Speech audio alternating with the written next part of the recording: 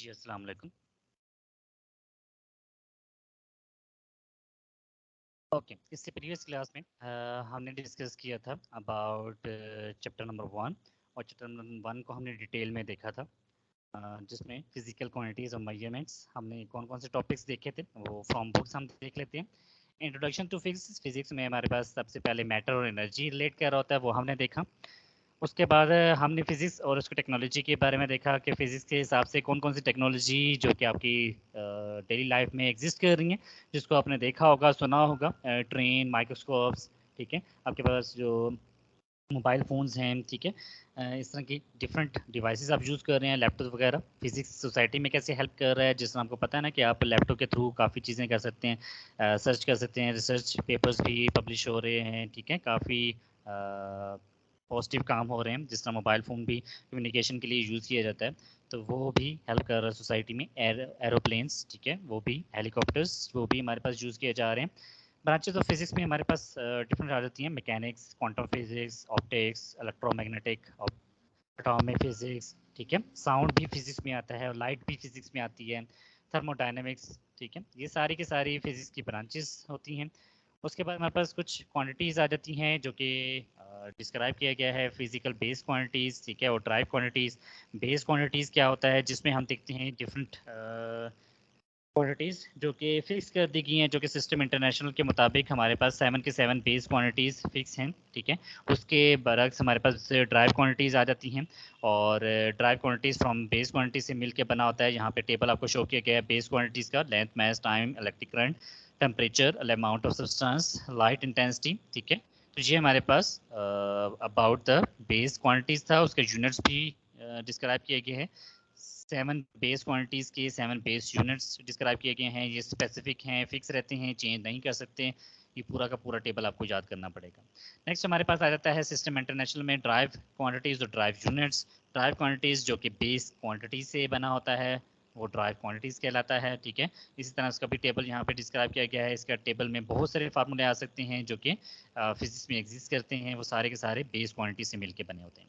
जैसे एक simple area के एग्जांपल ही ले लिए, तो एरिया में हमारे पास क्या आता है, किसी का भी एरिया लेते हैं, that is length into length, 2 दफ़ा लेंथ मेजर की जा मल्टीप्लाई की जा रही है, तो इसका मतलब 2 बेस क्वांटिटीज़ आपस में मल्टीप्लाई हो रही है। वेलोसिटी दे सकते हैं, वेलोसिटी डी बाय टी होता है, तो वहाँ पे भी देखेंगे एक डिस्टेंस जिसको हम लेंथ ही कहते हैं और एक टाइम, वो भी हमारे पास बेस क्वांटिटी है। दोनों बेस क्वांटिटीज़ को डिवाइड करें तो हमारे पास एक ड्राइव क्वांटिटी बन जाती है जो कि वेलोसिटी है। फिर हमने यहाँ पे स्टैंडर्ड फॉर्म देखी और साइंटिफिक नोटेशन फॉर्म में कन्वर्ट करना देखा, उसमें डिफरेंट स्टेप्स देखे। उसके बाद हमने देखा कि साइंटिफिक नोटेशन और सिग्निफिकेंट और सॉरी स्टैंडर्ड फॉर्म में क्या फ़र्क होता है। अगर हमारे पास नंबर इस तरह का लिखा हो जिसमें आपके पास डिफरेंट ज़ीरोज़ हों और नंबर्स को लेफ़्ट टू राइट पॉइंट को शिफ्ट करें, ठीक है? हमारे पास 2 रूल थे ना, एक लेफ़्ट से राइट की तरफ जिसको एल और आर कह देता हूँ, लेफ़्ट राइट। तो लेफ़्ट से राइट की तरफ मूव करेंगे तो पावर में हमारे पास क्या होता है, नेगेटिव होना स्टार्ट हो जाता है, और अगर राइट से लेफ्ट की तरफ मूव करेंगे तो हमारे पास पावर में पॉजिटिव होना स्टार्ट हो जाता है, मतलब ऐड करना स्टार्ट कर देते हैं वन बाय वन, जितने आप जंप्स लगाएंगे, ठीक है? इस तरह हमारे पास प्रीफिक्सेस आ जाता है। तो प्रीफिक्सेस में हमारे पास बेसिकली क्या होता है, जो हम पावर ऑफ 10 में लिख रहे होते हैं, उसी पावर ऑफ 10 को एक नंबर को वर्ड की फॉर्म में लिख देते हैं या लेटर की फॉर्म में यूज़ करते हैं, जिसमें ये टेबल लिखा हुआ है, exa, peta, tera, giga, mega, kilo, hecto, deca, deci, centi, milli, micro, nano, pico, femto, atto. ये सारा का सारा क्वांटिटीज़ आपके पास यूज़ की जाती हैं, जो कि फिज़िकल क्वांटिटीज़ को जो आप मेजर कर रहे होते हैं, उन सब को आप सिग्निफिकेंट साइंटिफिक नोटेशन फॉर्म में लिखते हैं, और साइंटिफिक नोटेशन जो कि 10 की पावर में लिखा होता है, उन सबको हम इन लेटर्स की फॉर्म में, सिंबल्स की फॉर्म में या प्रीफिक्स की फॉर्म में यूज़ कर रहे होते हैं। ये हमने डिस्कस किया था। फिर हमारे पास इसके फर्दर ऑन हमने मूव किया था, जो कि हमारे पास नेक्स्ट टॉपिक हमने डिस्कस किया था, मेजरिंग इंस्ट्रूमेंट। तो मेजरिंग इंस्ट्रूमेंट में मीटर रूलर हमने पढ़ा, जो कि सिंपल सा है। वर्नियर कैलिपर डिटेल में पढ़ा, जिसमें हमने कंस्ट्रक्शन पढ़ी, ठीक है? ये डिस्कशन की। अच्छा, ये तो हमारी सारी डिस्कशन होगी। अब क्वेश्चन अक्सर स्टूडेंट पूछते हैं कि हमारे पास शॉर्ट टाइम है और हमने प्रिपरेशन करनी है, तो आपने रट्टा नहीं लगाना किसी चीज़ का, जो कि अभी समझाई गई हैं पिछले लेक्चर्स में, सारा कुछ वो देखना है आपने। उसके बाद वो अगर देख लेते हैं, वो थ्योरी वाइज सारा क्लियर हो जाता है। फिर हमारे पास न्यूमेरिकल्स मेथड आता है। न्यूमेरिकल्स को सॉल्व करने का सबसे आसान तरीका जो कि फेडरल बोर्ड की तरफ से है, क्योंकि आपके पास फार्मूलाज तो गिवन होते हैं, ठीक है, एट द एंड पेपर में देखेंगे फार्मूला गिवन होते हैं। सपोज मैं कहता हूँ यहाँ पे यूज़ किया जा रहा है कोई भी इक्वेशन यहाँ पे, ठीक है, उसमें सबसे पहले आपको क्या निकालना चाहिए, वहाँ पे आपके पास देखेंगे गिवन डाटा। मेन पॉइंट क्या होता है, पहला पॉइंट होता है जिसे हम कहते हैं गिवन डाटा, ठीक है। दूसरा पॉइंट हमारे पास जो उसमें डील किया जाता है फाइंडिंग, कि हम फाइंड किस चीज़ को कर रहे हैं।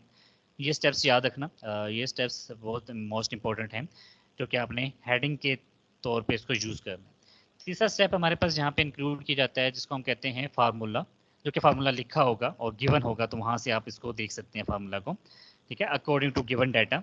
उसके बाद हमारे पास हो जाता है डी, जिसको हम कहते हैं सोल्यूशन, और सोल्यूशन हम वहाँ पे फाइंड कर लेते हैं। लास्ट में हमारे पास आंसर आ जाता है, जिसको ई पॉइंट पे हम कहेंगे आंसर, और आंसर को भी हाईलाइट कर देंगे अगर एक्यूरेट आंसर है, ठीक है। यहाँ पे आप देखेंगे गिवन डाटा, आपके पास स्टेटमेंट जो लिखी होती है उसमें लिखा होता है डिस्टेंस इतना है, तो distance of D is equal to something 50 metre, वो लिख देंगे। फिर आपके पास टाइम गिवन है तो वो आप लिख देंगे। तो इस तरह आपने गिवन डाटा लिखना होता है, ठीक है। तो यहाँ पे आप देखेंगे गिवन डाटा लिख दिया। फाइंडिंग, सपोज आपने वेलोसिटी फाइंड करनी है तो वेलोसिटी को फाइंडिंग में लिखेंगे। तो ये 3 फार्मूले हैं, 3 वैल्यूज हैं, वेलोसिटी, टाइम एंड डिस्टेंस। इन तीनों को यूज करते हुए आप देखेंगे कौन सा नीचे वाला फार्मूला यूज हो रहा है जो एक्यूरेट इसका आंसर निकाल दे।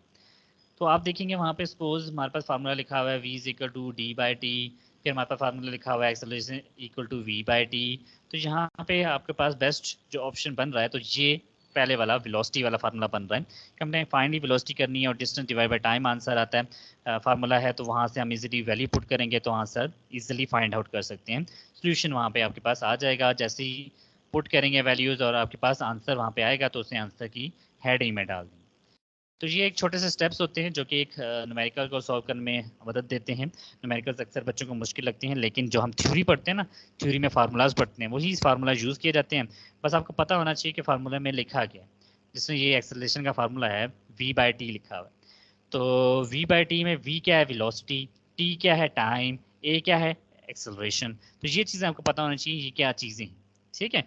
तो डिस्टेंस किसे कहते हैं, वेलोसिटी किसे कहते हैं। जब थ्योरी क्लियर होगी ना आप लोगों को, न्यूमेरिकल्स आप इजीली सॉल्व कर लेंगे। तो मेन मकसद हमारा होता है थ्योरी को क्लियर करना, ना कि हम न्यूमेरिकल्स पे ज़्यादा फोकस करें। पहला फोकस थ्योरी पे होता है, जितना थ्योरी पे आप फोकस कर सकते हैं वो कर लें। जब थ्योरी क्लियर हो जाए सारी, फिर आप न्यूमेरिकल्स की तरफ आएँ और न्यूमेरिकल्स पर फोकस करें। तो इसमें डिफरेंट क्वेश्चंस बन सकते हैं। जिस तरह हमारे पास कोई भी एक क्वेश्चन बना लें कि लीस्ट काउंट अगर आपको बेस्ट गिवन है, ठीक है, अगर मैं आपको कोई भी यहाँ पे क्वेश्चन लिख दूँ, ठीक है, कि if you have a given there is a least count of vernier calliper that is, आपको बताया भी ना जाए least count of vernier calliper is given, क्योंकि आपको पता है वो कितना होता है, ठीक है। और इसी तरह आपको कहा जाए कि आप उस डिवाइस से कोई चीज़ मेजर कर रहे हैं, कोई मेजरमेंट ले रहे हैं, ठीक है, और उसमें हमारे पास जो एरर आ रहा है, तो वो एरर कितना है, वो एरर यहाँ पे बताते हैं, जो एरर इक्वल टू 25, ठीक है। तो अब आपने क्या करना है, जो लीस्ट काउंट होगा वर्नियर कैलिपर का, ठीक है, उसको इस एरर से क्या करेंगे, मल्टीप्लाई करेंगे, ठीक है। तो ये हमारे पास एरर वहाँ पे एग्जिस्ट करेगा। तो एरर की वैल्यू अगर 25 लिखा हुआ है ना, तो इसका मतलब क्या हुआ, वहाँ पे पॉजिटिव एरर आ रहा है। अगर यहाँ पे नेगेटिव लिखा होगा ना, नेगेटिव -25, तो इसका मतलब क्या हुआ, वहाँ पे नेगेटिव एरर एग्जिस्ट कर रहा है, ठीक है। तो ये हमारे पास एरर का आपको पता चल जाएगा पॉजिटिव एरर है या नेगेटिव एरर है, तो आंसर वहाँ से मिल जाएगा। लेकिन आपने जब करेक्शन करनी होगी ना, अगर आपसे कहा जाए करेक्शन भी फाइंड करें, तो करेक्शन कैसे फाइंड करते हैं, वो हमारे पास ऑपोजिट ऑफ एरर होता है। तो एरर की वैल्यू जो पॉजिटिव 25 थी, तो करेक्शन क्या होगी, नेगेटिव 25 आप करेंगे, ठीक है। तो उसे हम करेक्ट कैसे करते हैं, after multiplying with the least count. Least count के मल्टीप्लाई करने के बाद हम न्यूमेरिकल में उसे यूज करते हैं, तो वो करेक्शन होती है। जी, हमारे पास एक फिनोमेना था। फिर हमने आगे डिफरेंट देखे, वर्नियर कैलिपर के बाद हमने स्क्रू गेज भी देखा, ठीक है। उसका लीस्ट काउंट डिफरेंट था from the least count of vernier calliper. तो वर्नियर कैलिपर और स्क्रू गेज का डिफरेंस भी आ जाता है, वो भी आपको पता होना चाहिए क्या डिफरेंस है। कि वर्नियर कैलिपर हमारे पास छोटे इंस्ट्रूमेंट को, छोटी डिवाइसेस को मेजर करने के लिए यूज़ किया जाता है, छोटे ऑब्जेक्ट को मेजर करने के लिए यूज़ किया जाता है। लेकिन हमारे पास जो स्क्रू गेज है वो हमारे पास वर्नियर कैलिपर से भी, as compare to vernier calliper, जो स्क्रू गेज है वो ज़्यादा छोटे ऑब्जेक्ट को मेजर कर लेते हैं, क्योंकि इसका लीस्ट काउंट सबसे छोटा है। और लीस्ट काउंट क्या होता है? Least count is the smallest reading that can be measured from any device, that is called least count. तो लीस्ट काउंट हमारे पास सबसे छोटी रीडिंग होती है, तो उसे हम लीस्ट काउंट कहते हैं। तो सबसे छोटा फिर कौन मेजर कर सकता है? जिसका लीस्ट काउंट सबसे छोटा होगा। तो according to least count, the screw gauge least count is less than the least count of vernier caliper. That's why we can say that the screw gauge can measure the smallest reading to any object. ठीक है, वो सबसे छोटी reading major कर सकता है किसी भी ऑब्जेक्ट की। तो ये हमारे पास छोटा सा डिफरेंस है, ये भी पता होना चाहिए। एरर अगर देखें तो एरर में भी डिफरेंस आ जाता है, पॉजिटिव नेगेटिव दोनों डिफरेंस आता है। ठीक है, तो नेक्स्ट हमारे पास यहाँ पे आ जाता है फिजिकल बैलेंस आ जाता है। स्टॉप वॉच, मेजरिंग सिलेंडर, ये हमारे पास कुछ मेजरिंग इंस्ट्रूमेंट थे जो कि हमारे पास बुक में लिखे हुए हैं। ठीक है, और मैंने आपको डिस्क्राइब भी किया थे कि हमारे पास स्टॉप वॉच मैकेनिकल होती है, इलेक्ट्रोमैग्नेटिक होती है, इसी तरह फिजिकल बैलेंस में आता है, बीम बैलेंस आता है। फिर हमारे पास आ जाता है बीम बैलेंस के अलावा जो हमारे पास डील किया जा रहा है, नेक्स्ट वन इज जिसे हमने कहा था lever balance, sorry lever balance आता है। फिर हमारे पास इलेक्ट्रॉनिक बैलेंस आ जाता है। ठीक है, ये हमारे पास कुछ टाइप्स आती हैं। यहाँ पे आप देखेंगे हमारे पास मेन इंपॉर्टेंट टॉपिक इस चैप्टर में अगर देखे जाएँ तो हमारे पास सिग्निफिकेंट फिगर है।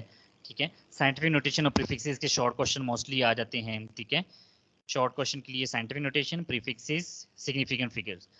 लॉन्ग क्वेश्चन के लिए अगर देखे जाए तो हमारे पास vernier calliper, screw gauge, significant figures, ये हमारे पास 3 लॉन्ग क्वेश्चंस आते हैं।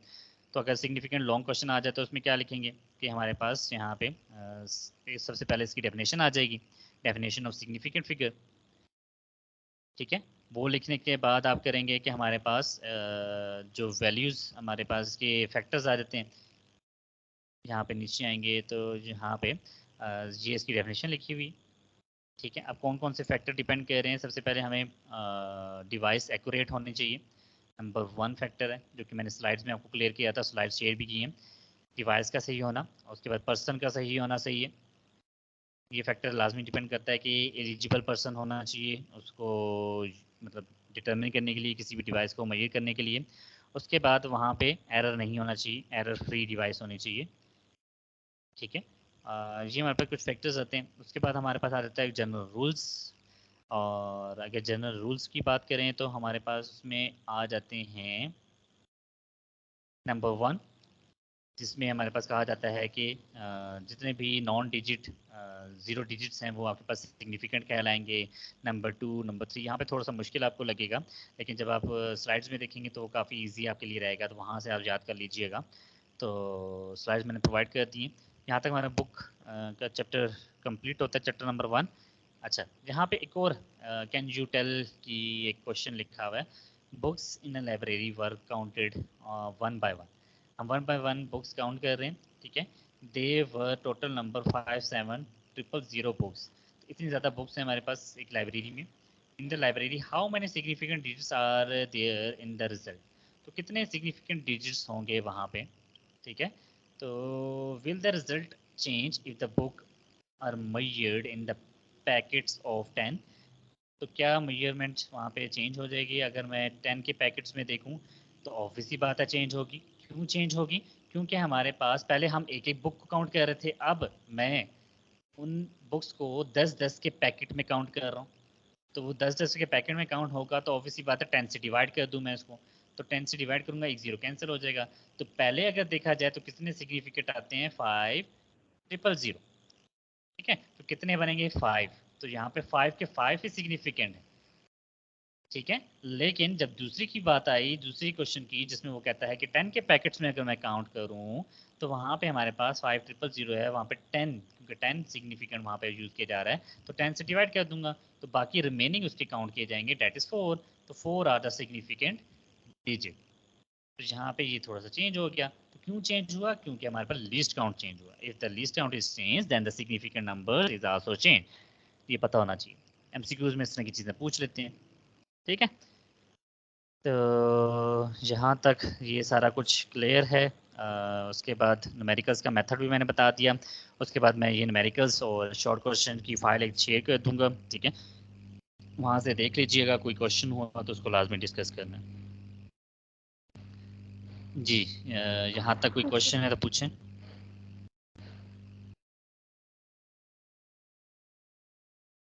जी नूरलैन, कोई क्वेश्चन है?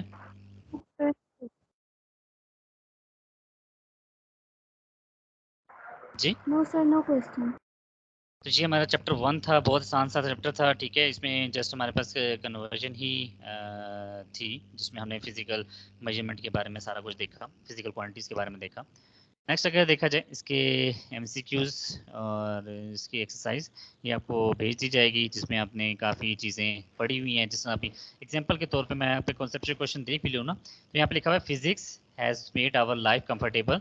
वाई? तो कंफर्टेबल क्यों कहते हैं? क्योंकि वो हेल्प करता है सोसाइटी में। तो सिंपल सा आंसर है, लेकिन इसको थोड़ा सा एक्सप्लेन करना है कैसे हेल्प करता है, एग्जाम्पल के तौर पर उसको पुट करना। अगर मैं सेकंड क्वेश्चन की बात करूँ, व्हाट आर बेस क्वांटिटीज, ठीक है, and involve in these drive quantities, ये आपके फोर्स, प्रेशर, पावर, चार्जेस, ये आपके पास दिए गए हैं। इनमें से आपने बताना है कि इनमें कौन कौन सी बेस क्वांटिटी इन्वॉल्व की जा रही है। नेक्स्ट हमारे पास आ जाता है थर्ड।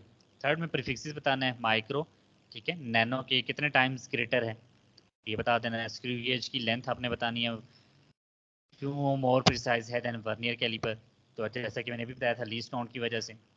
पांचवा, अब ये है कि ये तो जस्ट मैं आंसर बता रहा हूँ, डायरेक्ट बता रहा हूँ, ठीक है, शॉर्ट फॉर्म में बता रहा हूँ, लेकिन आपने इस चीज़ को एक्सप्लेन करना है with the help of different diagrams, examples, formulas, values, calculation, किसी थ्रू आपने इसको एक्सप्लेन करना है, ठीक है। 4 से 5 लाइनों में आंसर लिखना होता है।